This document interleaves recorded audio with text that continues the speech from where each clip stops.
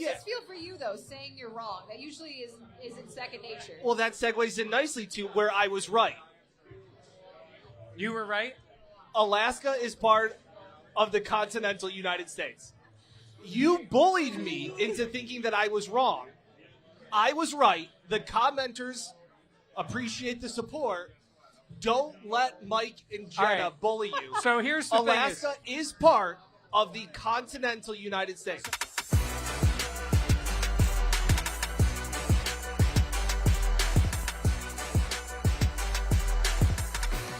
This is the Buffalo Plus Podcast. All right, hello. The Buffalo Plus live podcast here from Pittsford Pub. Hey, listen to the crowd at Pittsford Pub. Place is packed. It is a jam-packed house here. We want to shout out Pittsford Pub as well as Bud Light. Gonna have a lot of fun tonight. Before we get started, please be sure to like, comment, and subscribe. That's Mike Catalana. That is Dan Fates. I am Jenna Cottrell. Tonight we're going to be talking about this Bills team, where they're at now, the Dolphins matchup. 5 players we hope to step up in the second half of the season. Mike, it is electric in here right now. I was going to say, we've been very fortunate to have great crowds wherever we've gone on tour with Buffalo Plus. This is the most enthusiastic crowd we've had. The pub is rocking tonight. Yeah. Most intimate location that we have had. This is very cool. We always appreciate it. We always say it, but it's worth repeating. We never know who's going to show up. And then we have somebody show up from England Yes. today. Shout out Or, Ian. sorry, Southampton. Yes. Southampton. Yes. Awesome. Just everybody that has supported it, we really appreciate it. Yes. Yeah. People cheering in the crowd. We love it. Thank you all so much for being here. We're going to have a lot of fun tonight. All right. There's a Bills game on Sunday, of course. Yep. But let's talk about where this team is at right now. Trade deadline, come and gone. Bills coming off a big win. Where is this team right now? Well, they're in a lot better place than they were a week ago, right? Because actually 2 weeks. They played that game in Carolina, which showed them bouncing back.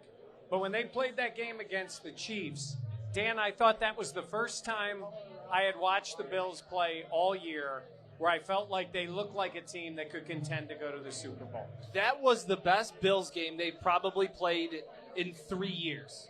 I thought that was the most complete effort. We were wrong. We collectively, hand up, we all picked the Chiefs. Now, can we tell them the truth? We only picked the Bills to motivate the team to play well. We know that We Sean. picked the Chiefs. We picked the Chiefs to motivate the Bills, and it worked. Hey, do you want to know something funny? There was a part of me when the Bills were showing all of the clips of the national media picking the Chiefs. Thought we might be in there. I thought there was a chance there was going to be a Buffalo Plus clip of me being like, yeah, I just don't think the Bills have it tonight.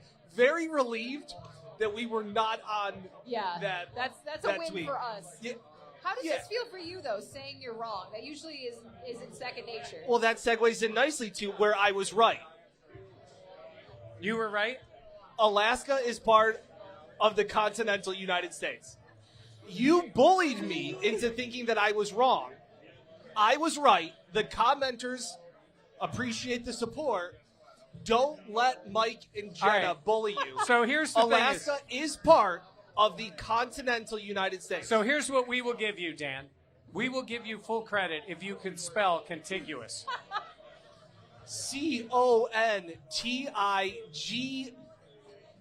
CONTIGOUES. No. Not even close. That was actually way closer than Yeah, I it was was close. expecting for Dan. Contiguous. Thank you. So you were right about that. But we were And you guys also, made me feel really dumb. I'm and sorry. Thank you. I'm sorry. But- Dan was right. Back to the Bills in the sense of we picked them wrong because they had not shown that. Yeah. And I think credit to Sean McDermott, the entire coaching staff, and certainly the players. They had a great plan against the Chiefs. They executed the plan. And I think they put the league back on notice that they are a team that can contend to go to the Super Bowl. I mean, that game for them was fantastic to see. The offense was rolling in that game. James Cook, the passing game was working. The defense was aggressive, making important stop after important stop. And just to see the way the team was just all together, Dan, I feel like you saw the effort and you saw this is a complete team that can win in big moments. Yeah, and they did it in all. I didn't think that the Bills had that defensive performance in them. Now, listen, I think Michael Hoyt was a massive part of that game plan, and he was wrecking things. He was opening up things for Greg Rousseau and Joey Bosa. Yeah. I don't think that that's a coincidence that those guys looked great on the day that I thought Michael Hoyt was just blowing everything up. They're going to have to get creative to recreate that. They hit Patrick Mahomes 15 times. I didn't think – we have been saying, even though the stats at times will say, oh, the Bills' pass rush win rate is, third highest in the league. It's never felt like it. Yeah. The Bills' defensive line had a massive impact on that game 1,000%. and affecting Patrick Mahomes. Mahomes was getting beaten up in that game. Well, let me ask the people if anybody would. Did anybody feel badly for Patrick Mahomes in the game on Sunday? No. No, he took a beating. Hold on. That was awesome. It kind of was. I thought you were going to say that was erotic. That was what you were saying, just playing the loop of A.J. Epinesa. Just he hit laying Patrick him out. Mahomes so hard he concussed himself. That is how hard Epinesa hit Mahomes. So this team had a complete win against the Chiefs. Trade deadline, come and gone. Bills did not make any moves. We know that. But the McDermott, as well as Brandon Beane, talking about this roster and where they're at and being comfortable and confident in that. They are. They're confident with this roster. Look, this team has made it to the AFC Championship game twice. They battled the Chiefs to the wire 4 times. Yeah. Lost all 4. We know what it is. Of course, I think they have a roster that can get there. The question is, Dan, when I look at them, it's why I was a little disappointed at the deadline, just like Brandon Beane was. I wanted to see another weapon for Josh Allen. I wanted to see something that could help this offense. There's things you can scheme up, and then there's times you just need a dude. And I was hoping they would go out and get one of those players. But that was the one time, the most obvious time where the Bills, everybody eats, where we were talking at our last venue, sponsored by Bud Light, and we were saying, shout out. I'm so sick of the everybody eats. And then they went out and had that performance where they completed passes to 10 different guys. Josh looked incredible. Right. And that was everybody ate. Like, that was the epitome. Like, it worked. That was it. I still would have liked to see, again, I said after the game, can you build a passing offense around bubble screens to Shakir and passes to Dalton Kincaid and the rest of your tight ends? That night you could. I don't know how Repeatable? Yeah, that's it. I was going to go with replicable. Reputable is like they have a good reputation. Yeah. So repeatable, that is, and when you need, because you saw it, when the Bills, and it was 3rd and long, they threw a bubble screen for 1 yard because they still don't know if they have that consistent middle of the field, over the middle passing game. Yeah. But they didn't really need it against the Chiefs. They were so efficient everywhere else. They were the more physical team. Isn't that wild? Like, listen, I know the game ended up 7 points, and you were scared to death at the end because Mahomes was throwing up Hail Marys to try to tie the game. But they dominated that game.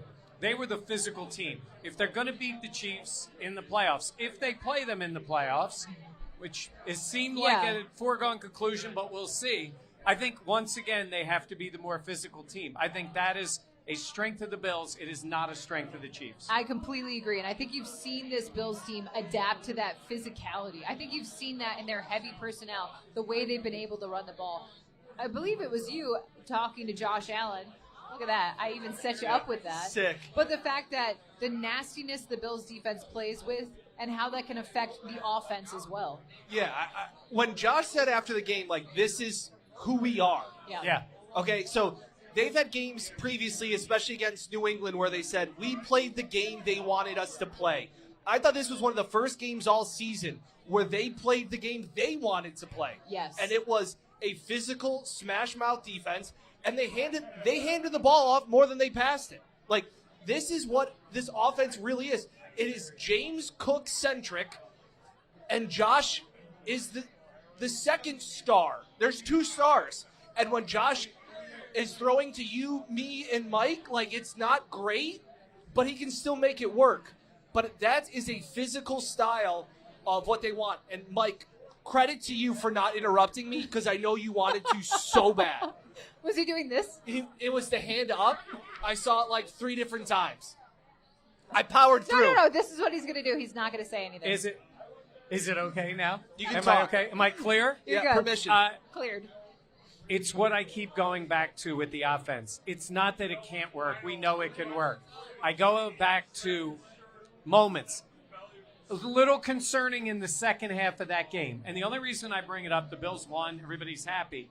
In the second half of that game, Chiefs brought the coverage up a little tighter, tried to take the running game away. It wasn't as good. They scored 7 points.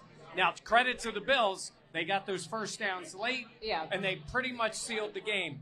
But, man, it's still those moments where I think about them playing the Chiefs, and you want to put Mahomes away, do it with the offense. Do it with that last drive that puts you up by 2 scores. And they should have been there. The field goal was missed. It would have been good to see. That would change the dynamic. Yeah, it would have changed the way you feel about it. But, hey, I think we all know the passing game needs to be a little better. But, wow, that was quite an effort. And, by the way, in terms of everybody eats, last week I said I hate the term. When you're here at the Pittsford Pub, everybody eats. Oh, that's fine. We want to make sure everybody's eats. eating. Everybody's Go ahead and drinking eat. Bud Light. Scott will appreciate it. Everybody's going to eat when you're at the pub. There was a comment here that says Dan and Jenna are taking advantage of the free beer. We're taking advantage of the free Bud Light. Well said. Yeah. Shout out Bud Light. Appreciate it. I actually was going to read that comment as well because that was a funny one. We are looking at the comments on the feed as well, so be sure to write in there as well. Yeah. Okay, so we talked about where this team is at. Right. Mike, where is this team headed? And I want to look at the division as well. Where they're headed now from this point, I mean, we're not the halfway point of the year. Halfway point of the year will be halftime of the game in Miami, right? It's 8.5 games. I'm encouraged by the youth and energy on the defense. I said, well, technically. Halftime of the. Well, actually. Well, actually. You mean well accurately. Yeah. Yes. I'm encouraged by the defense because I thought that defense played really well in the last 2 weeks. I think it can get better and better. I really do think it is because I know they're going to miss Hoyt, but Max Hairston hasn't played a ton yet. And I think, this, Jordan Hancock on the field, what they've been getting out of those players. They're going to need more out of some. Somebody else is going to need to step up with Hoyt being gone. And I really do believe that they got back to their core on offense, which is running the ball and being physical. Yeah. If they can figure out a way to unlock 10% more in the passing game, I think this team could be in great shape. But I do think we have been critical of Dalton Kincaid before on this channel. And I think what we've seen from him now in this year 3, there's a lot to be encouraged by, Dan. And I know for this team, they think of Kincaid obviously involved in the pass-catching unit. But for me, it's like seeing Kincaid make those big catches.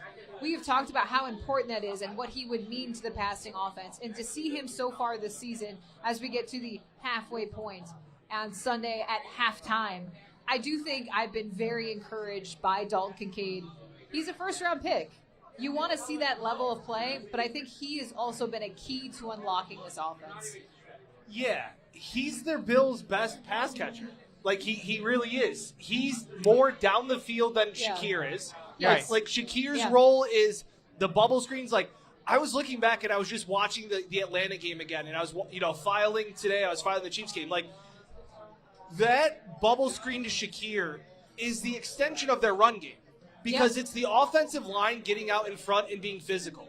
So, you think of, it's this harmless little pass to Shakir, and then it gets behind Spencer Brown or Dion Dawkins and David Edwards, and all of a sudden it's a 7-yard gain. Yeah. It may not look sexy by any means, but that's a really good run play. So, where Dalton fits in, he is much more like a wide receiver than a tight end. He's a selected wide receiver. I think we've heard for so long about Dalton Kincaid being a mismatch. But, Mike, this is the first year where I feel like that is actually We've seen it in moments. In his role, he's been very good this year. It's a specialized role. It is. It's not like it's the same way, It's not a ton of snaps. No, and it's also, it'd be like if you asked Shakir to run go routes. Shakir run deep. That's not what he's going to do. It's the same way where Kincaid's not going to stay in line and block. Yeah. So you're trying to balance that because I just said, everybody wants Kincaid to get more snaps. I understand that. But Kincaid is not a good blocker. And the Bills want to run the ball and be physical. So you're trying to balance between, okay, we want to run the ball and be physical, but our best pass catcher doesn't specialize in that. So you're constantly trying to marry that balance. Yeah. You look at the roles that Shakir has, the role that Kincaid has in this offense, and you say to yourself, they're both really good at what they do. Yeah. You want to make this passing game cook. I shouldn't use cook because we know it's cook. Yeah. It's the outside passing game. It's what's missing. And it's why there's nothing wrong with Khalil Shakir in a vacuum catching 80% of his passes behind the line of scrimmage, because that is a very good play. Yeah. You can have that. You can have the limited snaps Kincaid making plays in the middle of the field. If you added outside presence to the passing game, each of those guys moves up exponentially. Yeah, a couple of comments here on the YouTube channel. Be sure, we really appreciate it. Bullseye with a great comment calling Kincaid equals a tight receiver. I don't love that. I think that plays. Like, he's a tweener. No, I agree. I just don't like the name. Like, yeah, I get okay. A wide. The other one's worse. The other one's way. Dude, what's the other one? A wide end. Yeah, I know. That's way worse. Lack NY has a comment in saying, I think the OC needs to be more creative with Coleman. I disagree. I don't know how creative you can get with Keon because I don't know what he's good at. Well, I think this leads into, we have a segment now of 5 players to step up. Right. And Keon is a name that we've heard a ton about. But I hear what Mike, or what Dan is saying of like, how do you get him involved? Because it seems like when the balls have been going his way, it has not been as effective as you would like. It's an issue because he's had the most snaps at wide receiver. Yeah. I know, it concerns me when the compliments to the wide receiver are, he's doing great in the running game. Yeah. I mean, that tells you that they're not contributing what they need in the pass game. Not that he shouldn't be doing that. That's part of the job. That is part of the job. Job number one is to catch the football. Is to catch the ball. And he has gotten the most snaps of any receiver. Well, I know we talked about this last week. I think that needs to change. I'm not saying he doesn't play. I think his snaps need to come down. I think his targets need to come down until he shows more. And to be quite honest with you, I think I would give Elijah Moore some snaps on the outside. I would give, if Gabe Davis eventually comes up, you need to figure out a way. This is all they have on the roster, Dan. They didn't make a trade at the deadline. Well, actually, on this 5 players to step up, I added a auxiliary one. Spell it, Dan. Didn't hear that. An auxiliary pick. AUXIAL. Oh, you're pretty close. LRY. Yes, yeah. But I'm gonna need nailed more. it. Yeah. I'm going to need more of these if Dan's going to keep spelling. Yeah. Gabe Davis. You keep asking, I'll keep trying. But Gabe Davis, there is some upside there. Well, hey, Dan, no, let's be realistic here. Okay. This roster is kind of locked now. I mean, there's always the possibility somebody gets cut loose. There's no more trades. Guys have to clear waivers now. This is it. Yeah. Josh Palmer, maybe he's healthier. Yeah. He showed a little flash in that hope Atlanta that. game. And maybe he gets more attention now. But I'm sitting here waiting on Keon, and this is why we talked about it, saying the league doesn't wait. They don't care. If it's year 2 and it's 2019 with the Bills, it's a different story. Exactly. It's 2025 going into 26. Like, he's got to do something, or they got to find somebody on the roster to do it for them. Yeah, I just don't know what Gabe has left. And You're probably right. And I don't know what I'm not trying to be this Gabe Davis hater. Like, I don't know what he brings. That's cute. That's cute. I don't know what he brings to the offense. Like, I just don't. The problem with the Bills wide receivers right now is they don't separate. And Gabe's not a separator. Like, he doesn't get open. And so where Keon, the interesting thing with Keon is, Mike, we've talked about it. You're kind of trying to foreshadow down the road, like, where can Keon fit into this offense, even if it's not this year? Where can he build on and find a role? Like Dalton Kincaid has found a role. Shakir has a role. Yeah. Even Elijah Moore. Like, those guys have found roles. I don't know what offense Keon fits in. Is it does he fit in a Pittsburgh offense that throws 4-yard passes? Like, I don't know. The Bills struggle to get wide receivers open beyond the line of scrimmage. And if Keon can't do that, I don't know what team is going, man, I can't wait to get Keon. And I know you said is that they didn't make a move at the deadline. And so that should tell you that they have some faith in him. I think they tried and weren't able to, and that's all that I need to know. Right. Well, that means they didn't have faith. Correct. Right. So they didn't have faith, but that's my point. It didn't happen. So you got to dance with the what is it? Dance the with girl the girl who that brought you? Yeah. Yeah. God, I sounded like Dan. Dan. That is such a ringing endorsement also. Yeah. That poor girl. It's like, I guess I'll... That poor girl. Yeah, you're like, I guess we're here. I hear you about Keon, and I think there is, of course, that frustration. But that's why I think what Keon gives you, I feel like Gabe Davis could do better than that. I respectfully disagree. You really? Okay. Yeah. All right, that's fair. I don't... Well, let's be fair to Gabe in this case. He has not been healthy. I don't think he's 100% healthy yet. I don't know when the point would be where, as a healthy player, he's a legitimate option to get called up. I do think they want to see how Josh Palmer is for this week and get him on the field. Okay, so Thomas Jones... No, it's a comment. Thomas Jones says, truth is, Gabe could take some attention off our receivers to gain at least a small separation in the middle so he can move the chains. Give it a try. I disagree in the beginning where Gabe Davis is drawing attention. I can agree with saying, why not give it a try?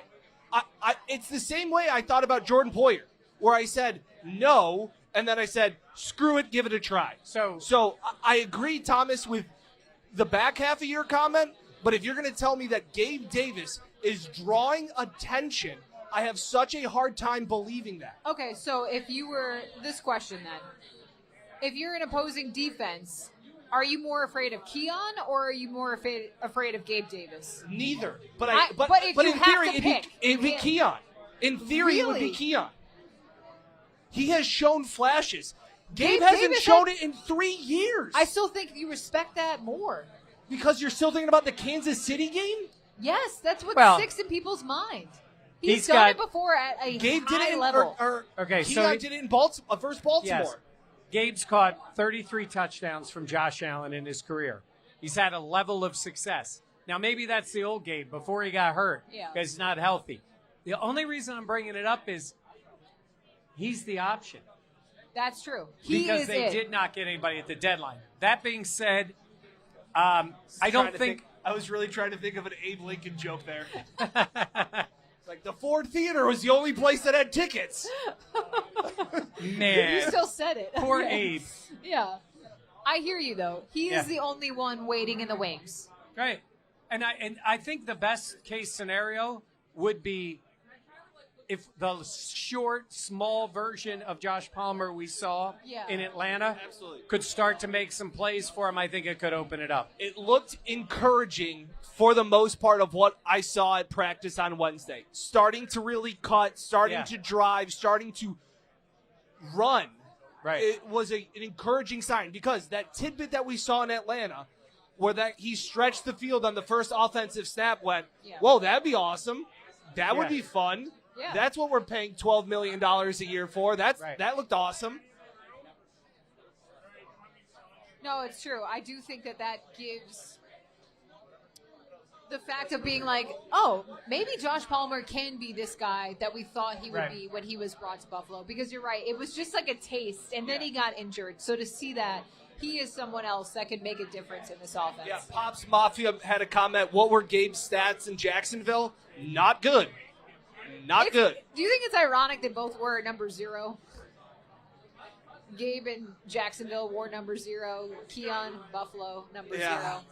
It's a pretty good observation, Jenna. All right, let's talk about another player that we want to see Let's move on from Gabe. I was just saying, the hot button issue. I swear Abe Lincoln is going to start haunting Dan. It's a pretty good comment, Josh Martin. That is a very, very good comment. All right, let's talk about other guys that you want to see have either step up or just continue from what we've seen in the first half of the season. And the way Josh Allen played on Sunday, that Josh Allen, we know, we love, we want to see in the second half. Yeah, he looked comfortable. Yeah. I think Josh looked comfortable for the first time in a while, and he was getting the ball out of his hands. His completion percentage was off the charts. Yeah. Made great decisions, ran when he needed to. They look comfortable with him in the tush push. They used it. He's a bull. He's a buffalo. Use him in those spots. It's something, this is what I keep saying. The Chiefs don't do. The Bengals don't do. The Dolphins don't do. The Patriots don't do. Use it because it helps the offense. But to the point on Josh, he looked good. And listen, he's been a very good player. Absolutely. This year, it's been a little, like you said, a little off. He was great against the Chiefs. And he said from the beginning that he felt slotted, that he felt very comfortable. It's the pitcher in the bullpen before a game where you already know, like, I got stuff tonight. And that was special to see the confidence, to see rhythm. And Joe Brady deserves a lot of credit for getting Josh into that rhythm early and often. I think some of those, we saw the first drive. It was like 3 or 4 passes to Shakir. It was like, that's what we're going to do. We're going to get Josh comfortable. And that went from there. I thought it really just continued throughout the game. Well, and you can see what him being comfortable and Joe Brady was joking, sometimes it takes a couple of passes. Sometimes it takes getting a little bit of a hit if Josh takes a hit or something like that. Obviously nothing too aggressive. But he will go as far, like this team will go as far as Josh, and we know that. No question. And listen, he'll get you there. He's going to have some big numbers. He's going to have some games when it's that way. But I think a comfortable Josh, a confident Josh, and a Joe Brady who is back in his bag, calling the plays the way I think works best for this team. I think we saw that Sunday too. Yes. Because I thought Joe Brady was really good Sunday. And there were no handoffs to tight ends or wide receivers. It was nothing a beautiful cute. There was nothing cute about it. It was a nasty offense. And again, it goes back to when Sean has always said they want to be a physical offense. And then he would cite sometimes, it'd be like a Dalton Kincaid putting his shoulder into a cornerback. Like we think of like a physical offense automatically has to be the offensive line. Yeah. That attitude that Sean has talked about that physical, nasty like mindset, that can be everybody. It's Shakir putting his shoulder down. It's Elijah Moore. Like all of those guys can factor in. And again, I thought Joe Brady was phenomenal against the Chiefs. No, I do too. I think, and you saw Josh get comfortable, the passing game. You saw what James Cook was able to do. And I think it comes from embodying that nastiness that Sean McDermott has wanted to see out of this entire offense. All right, we talked a lot about the offense. Yes. Let's talk about a little the defense and how Max Hairston having that pick, going step for step with Xavier Worthy earlier on. What could he do for this Bills defense? I think Max has already shown he's a starting caliber player, certainly on this defense. I think he's going to eventually take over as a full-time starter. I know they mixed him in with Trey. I think it's helped Trey. I do too. I also think Max could get full-time starts this week, full-time snaps. Christian Benford if didn't Benford's practice out. today. Yeah, that's fair. That's fair. But I think he's shown that.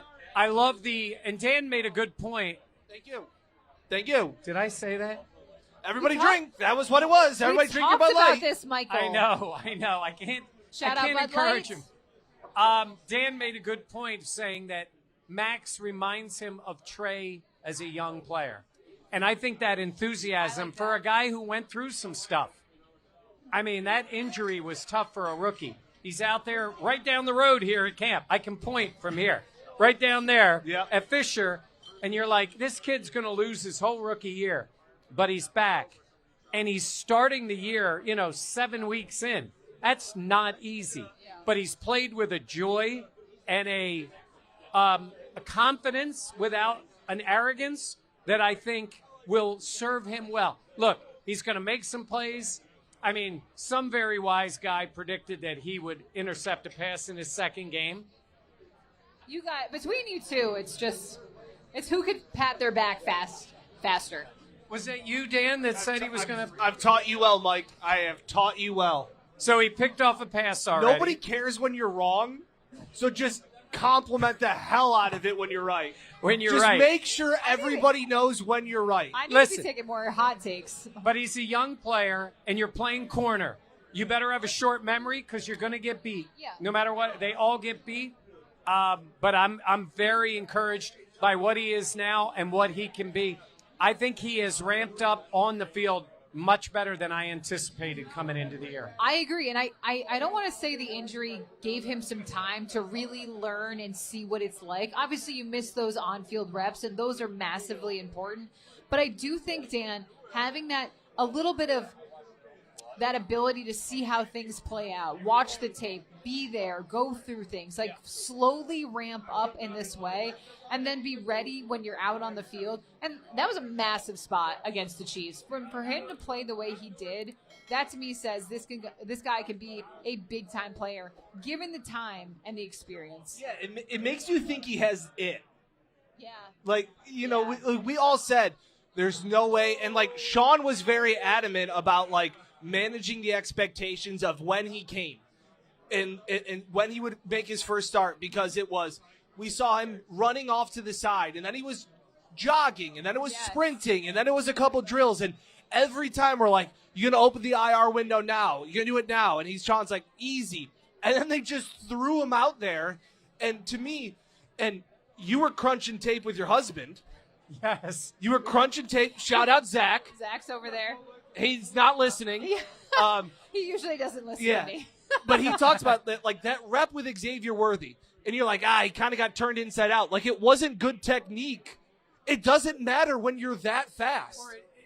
It matters, but you have the speed to make up for it. Yeah. Yes. So, again, when he becomes more technically sound, who knows what the ceiling is, but he raises his floor from day one, first snap, because of his speed. Yeah. And can make up for errors. We saw that at camp in the first few days. He was getting beat, and then he would just make up for it. Yeah. So that's where it's really encouraging to see. And, Mike, you talk about this defense.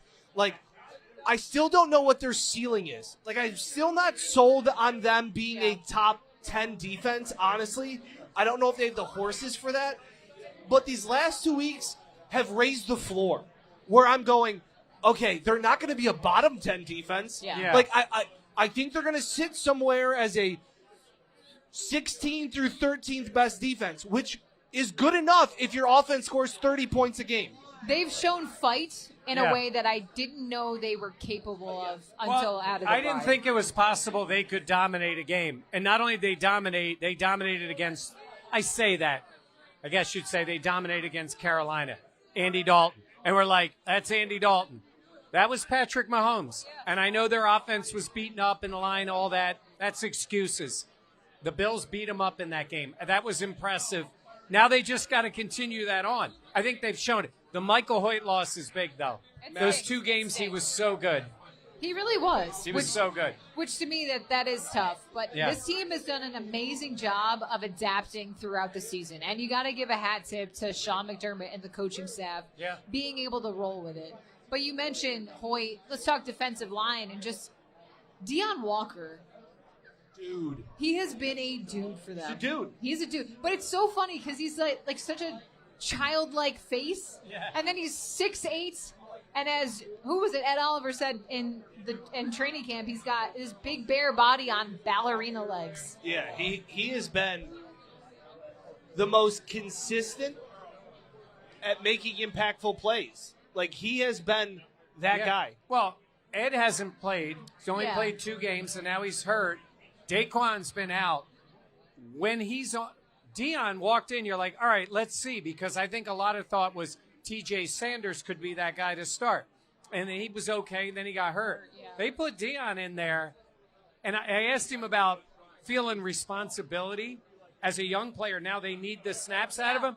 And he's like, I have fun. I play like it's a middle school game. I'm having fun with my friends. He's saying that while he's shooting by offensive linemen and tackling players behind the line of scrimmage.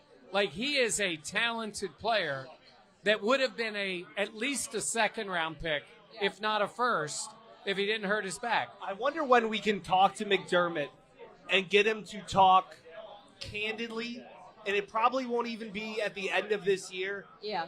But what he has thought of his play. Because if we ask Sean right now, he's going to go, well, all the rookies Dion are really, and all the guys. Actually, it's all the D-line as a whole is all playing well. But what he's doing is beyond what anybody expected. And what he's been asked to do because of a necessity. It wasn't because he has earned the playing time because of injuries of other players. Right. And, like, he got thrown in the deep end because the boat was sinking and that everybody else had to learn how to swim. Like, that is so much on a rookie. Yeah. And Sean will play rookies, believe it or not. Don't believe the theory that Sean won't play rookies if you earned it. And he has risen to the occasion. He has been the bright spot on the entire defense, in my opinion, this year, outside of what Max has done in a game and a half. But if you said, who's the MVP on the defense? It's probably Dion Walker. Certainly, you're right. He's probably been the most consistent player. He's been out there. He's been out there. He has made plays. Yes, I would say. Isn't that crazy? That was just off the cuff. Well, I would say that Bosa and Rousseau have both been good and flashed at times, but in terms of the D-line, interior D-line, I think he's been outstanding. Shout out Scumbag Brad for the Super 10. I don't think that's my brother. Oh, that might be. I don't think that's his, but what did I say? Shout out Brad for the super tip. Chiefs offense was beaten up. We had new guys on D-line and no Ed Oliver. Fair fight, I'd say. Let's go Bills. All right, let's talk also about, we're talking defense.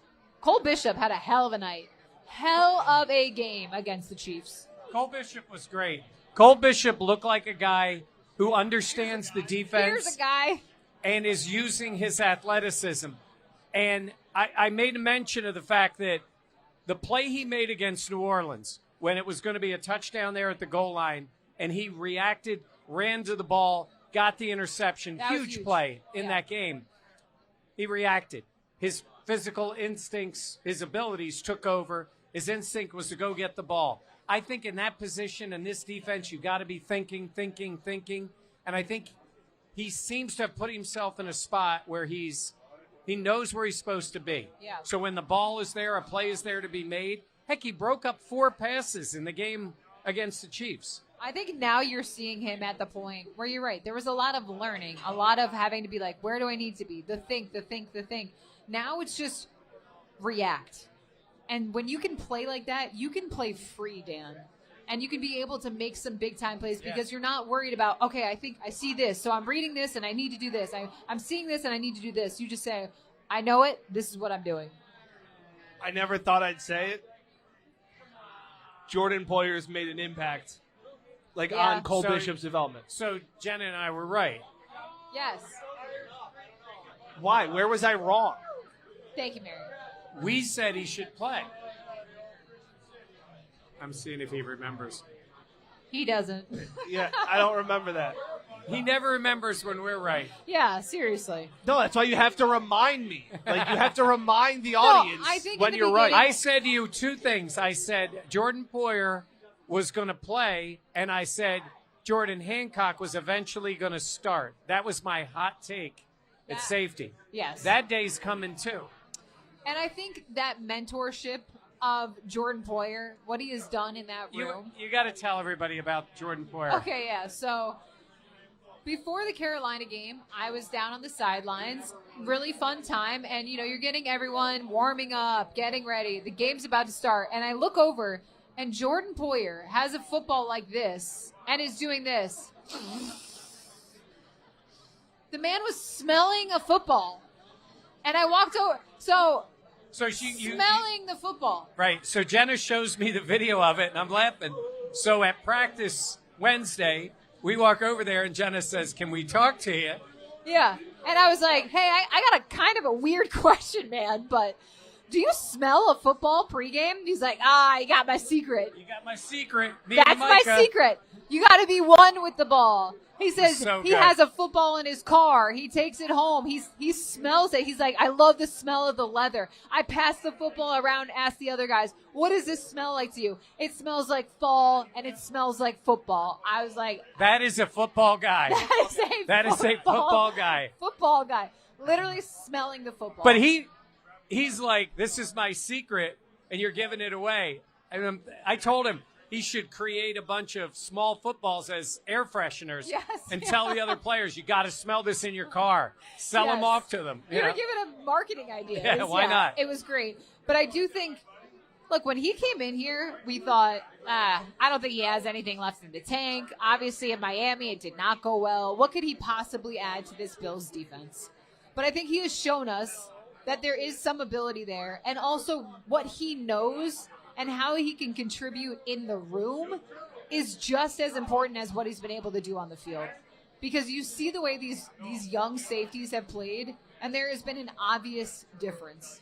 Yeah, you see, we've always talked that the McDermott defense is so different because it's led back to front, and other defenses are built the other way, front to back. But I think the communication, and somebody was commenting too, that the communication defensively has been better since Poyer took over the second half of that Atlanta game. And, it's like having a rookie quarterback back there that's confused, and you now put in Joe Flacco, and all of a sudden everything looks better. So what you're saying is everything is better when the old guy is playing. We wouldn't be the same without the elder statesman. That is true. That is true. Not allowed to retire. No, absolutely not. You're all pro. Yes, also, thanks, side note, you have to put me on the rental car because you're not driving. Why not? Jenna, tell Mike what you texted me. I don't even remember. Carolina. What did I say? I don't remember. Oh, yeah, you almost hit someone. Did I almost hit somebody? Yes. And you hit a curb in Atlanta. I hit a curb in L.A., but everybody does that. Players could be watching this. Wait a minute. Hold on. I'm driving because the princess won't drive. I do not drive. And Dan is an aggressive driver. I'm the best driver. You're an aggressive driver in a different way, though, Mike. Like, Mike will be changing lanes, and I'm like, that man didn't even look. He's just moving the car over. Turn signals are optional. Optional. Turn signals. They're not, for the record. Yeah, okay. Optional. All right, we should probably talk a little bit about this game Sunday. Why not? Bills, Dolphins. Dolphins. Miami is a mess. They feel like they're in a free fall. Now, look, they're an NFL team. Breaking news. Here's a guy. They get paid? They get paid. But they have started their rebuild in the oddest way, where they just fired the GM. They didn't fire the coach. They didn't bench the quarterback. So I don't know where they are. They traded away one of their best players. Tyreek Hill is hurt. But I always say this. We said it the last time they came in. They weren't great. They came in and played hard. Dan made the point. They were a bad team that didn't know they were bad yet. Correct. Now they're a bad team, and they have no chance to make the playoffs. They're done. They're 2-7. Yeah. And that crowd is going to be a Bills crowd. It's going to be more than 50% Bills fans. And I think the Dolphins fans will eventually leave, whoever is there. So I think it's a tough spot for the Dolphins. Sometimes when it's a home team, underdog, galvanize, play for the coach, I'm not saying they personally dislike Mike McDaniel, but Dan, I don't see them win one for McDaniel. No, this isn't a win one for the interim GM. That doesn't exist. There's no bump for that. No. But I think these guys are playing to get jobs next year. No question. And yes. I think there is something a little bit dangerous about a bad team that knows they're bad. These are the games that I always wonder if McDaniel goes multiple trick plays. Because there's who cares? Right. Yeah. You throw the kitchen sink out there because you have nothing to lose. That's my only fear. I very famously and was accurate that the Dolphins had zero chance to win in their last game when they came to Buffalo. I think they have. That out. No, I wasn't. You I were think they have a sweating it out. 1% chance in this one. Just because. So you think they have more of a chance in this game if you're the Dolphins? Because people were like, oh, the Dolphins, like they can right the ship. They're only 0-2. I think the entire world thinks the Bills win this game, and that makes me a hair nervous. That's I definitely think. You wanted to say Dan was right. No, I wasn't going to say that because, you said. Not like a hot take. He's like, team's they have zero chance to win, and the game is tied with 3 minutes to go. And Dan's taking victory laps. That's because that's what Dan does. But I will say this. The Bills, for themselves, I asked Sean McDermott about it, and Dan mentioned to me, he's like, you were the only one to ask any questions about the Dolphins. My question was about the Dolphins. Basically like, without saying the words, they're a dumpster fire. How do you talk to your team about it? I didn't say those words. And he was like, we just focus on ourselves. And while that is coach speak, I think that is the thing that matters.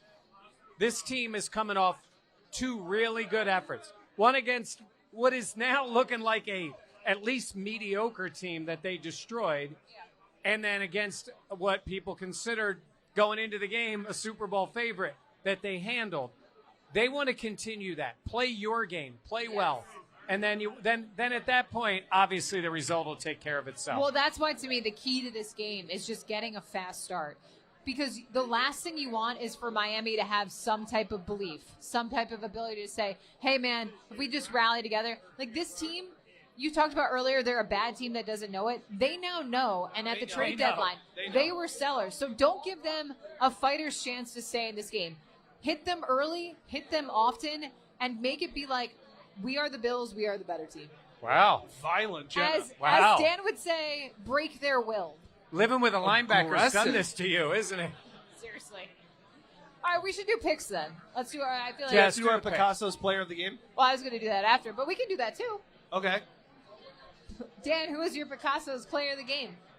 I will say Max Hairston. Oh, that was mine. Max Hairston. I want to see him build off of it. Again, you're going to deal with speed with Waddle, and you're also probably going to be without Christian Benford. He was limited on Wednesday.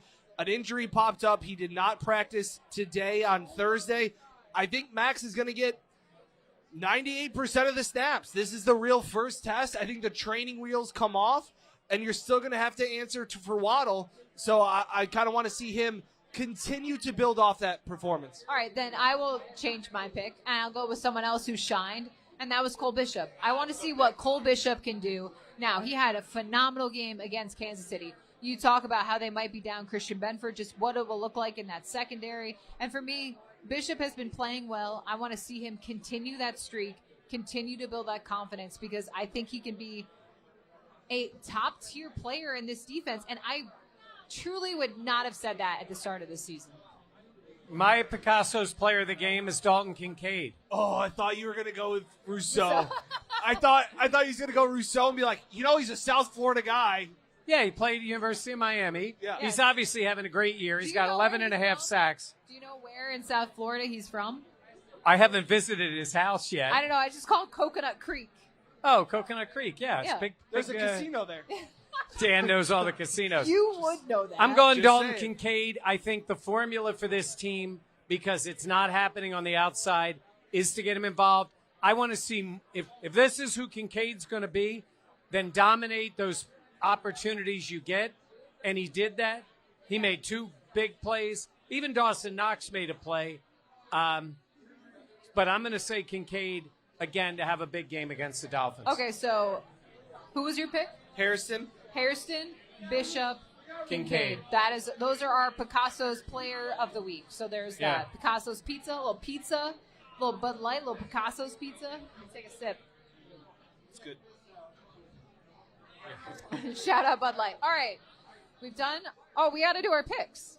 And then credit to me, and then we got to shout out some people. Okay. Picks on the game. I'll go first. Okay. What's your record? My record is 1 game behind Jenna. That's what I know.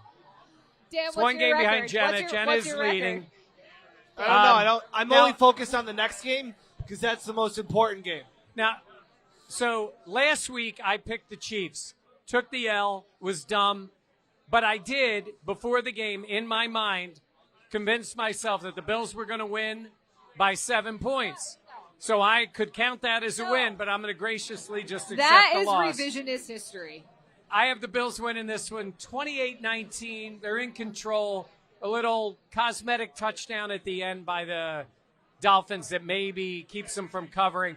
I think the Bills dominate the game. I don't think they have corners, even with the Bills' passing game. I don't think they have corners. I think the Bills will run on. Get open?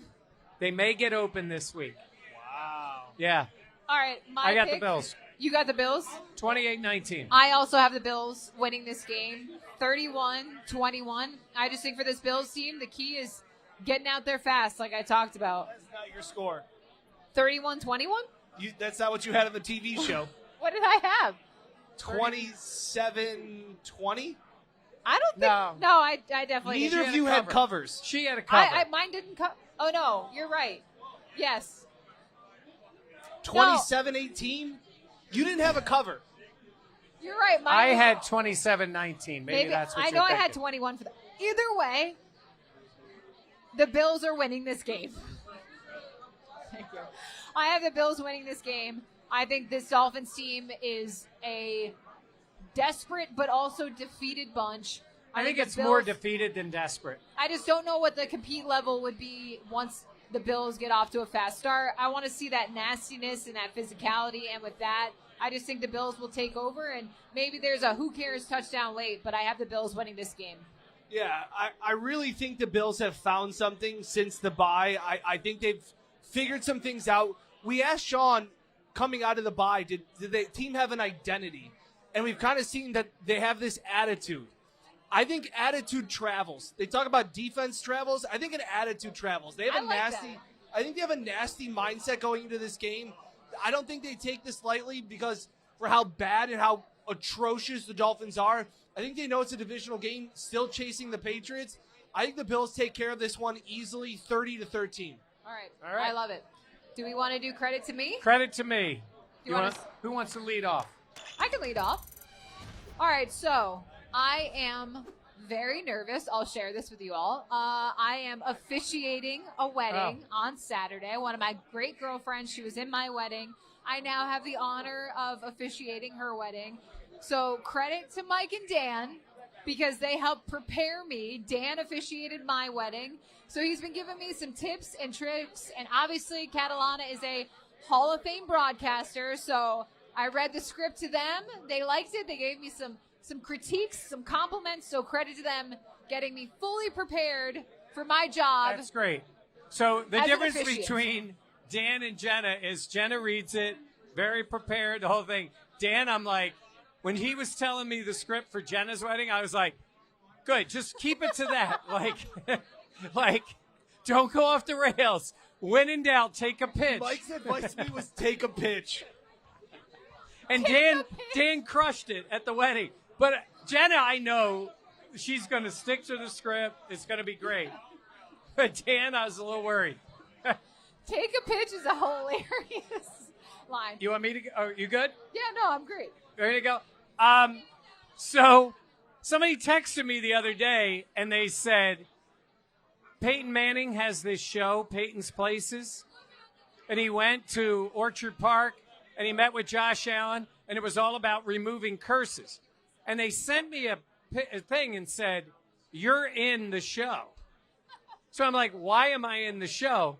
So it's a clip of me when the Sabres lost the Stanley Cup final when Hull's skate was in the crease. And it's like 3 seconds of me. On camera shot, yeah, from 1999. And I was thinking, I've told these guys, like, oh, my God, I was there for wide right. I was there for home run throwback. I was there for the Sabres losing. I was there for this. As we say, I have seen some shit. Do we have to throw you over the falls? No, yeah, I'm not part of it. Sacrifice Catalana? I am looking forward to Santa Clara. I said this team was going. I feel better about it than I did a week ago. Wow. That we go there. I'm not guaranteeing it, but if they do go there, I'm going to take credit for it.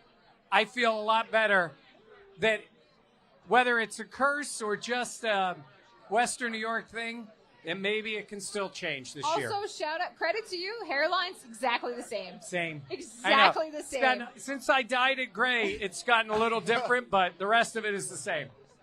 All right, That's go awesome. ahead, Dan. Yeah, my credit to me is this was one of the most incredible World Series that I can remember. I was drawn to every single pitch of that World Series, and the Braves weren't even in it. I can't imagine if the Braves were in that World Series how I would have felt.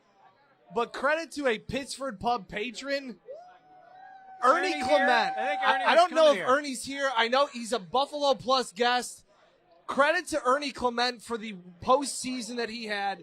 Most hits in a single Bills postseason. Mafia member. And in MLB history for a postseason. It was unbelievable for a guy that a few years ago, I was talking to him at a Buffalo Bison's Rochester Red Wings game. And to see what he has done and the defensive player that he is, and then to have that, to play your best on the biggest stage is so cool. I hope Ernie Clement becomes a household name in the MLB on that stage. Shout out Ernie, because that was just incredible. And he comes back to Rochester, and the first thing he does is have a beer at the Pittsford Pub. It's just so cool.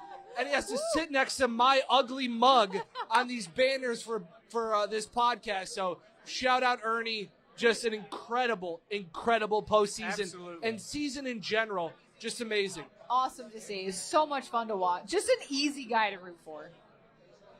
Is he what? I said he's an easy guy to root for. Oh, I didn't. I said, is he what? Yes, he's an easy guy to root for. He is. Yeah. Okay. Yeah. That was No, you talk. Oh, my God. I'm sorry. That What? that was perfect. All right. We shouted out Ernie. We love Ernie. We got to shout out the other people. Go the ahead. people that are here. Well, first of all, we got to shout out Ian, who made the trip across the pond Ian. to be here. Hang on. There he is. Unbelievable. Okay, so hang on. Ian's going to be playing this part for his son.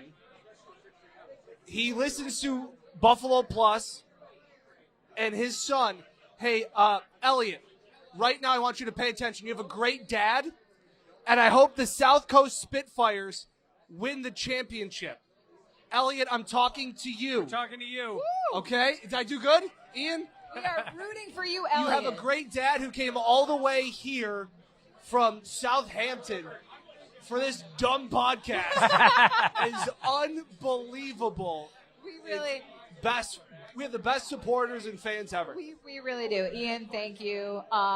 So many amazing people here tonight. We have Barb, Cindy, we have Paul, Faye, Linda B, Lisa Kelly hooking us up, Mary, we have Joan, we have Ian, we talked about Elliot, Mary Ellen, and Ed. We want to just thank you so much. My in-laws are here, Kim, John, Tammy and Greg, we're husband. over there. Oh, bye, Tammy. Yes. Take care. Bye, Love Greg. them. Great to see you. Oh, geez. Oh, geez. We got everybody in the house tonight. The so thank you Parator so- family. I was going to say, we thank you so much for being here. It really, Mike, we are so blessed. We're lucky. Pittsford Pub, great place. Yeah. It's always hopping, so stop at the pub. Bud Lights were flowing tonight. I Yeah. know. I handed us I know. another beer and goes, you guys are drinking tonight. Enthusiastic crowd, so We it love was it. a lot of fun. All right, we want to give a shout out to John as well as Brian for hooking us up, always Great helping us job, out on as the always. technical side of things. So thank you to them.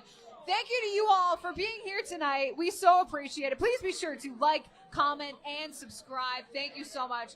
For Mike Catalana and Dan Fates, I am Jenna Cottrell. Thank you so much for watching Buffalo Plus. We so appreciate it. Shout out Pittsford Pub and Bud Light for making tonight so special. Give it up to you guys. Thank you so much.